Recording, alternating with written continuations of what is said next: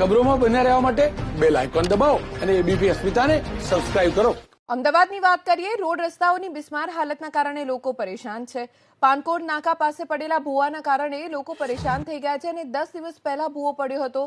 છેલ્લા 10 દિવસથી ભૂવાનું સમારકામ ચાલી રહ્યું છે, પણ નગરોડ પ્રશાસનની ધીમી ગતિના કામના કારણે દુકાનદારો અને રહીશોની પરેશાની ખૂબ વધી ગઈ છે। અમદાવાદના ખાડિયા વિસ્તારમાં પાનકોર નાકા પાસે છેલ્લા 15 દિવસથી એક ખાડો છે તે બની રહ્યો છે।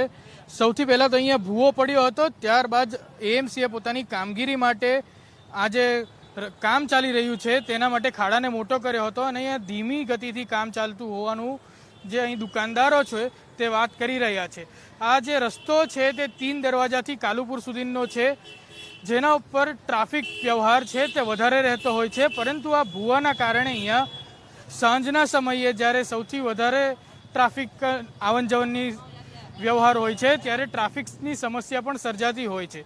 જે રીતે આપ દ્રશ્યોમાં જોઈ શકો છો કે આ જે ભૂવો છે ત્યાં હજુ પણ અત્યારે કામ નથી ચાલી રહ્યું અને જે લોકોની સમસ્યા છે તે ટ્રાફિકની હજુ ત્યાં ને ત્યાં જ છે।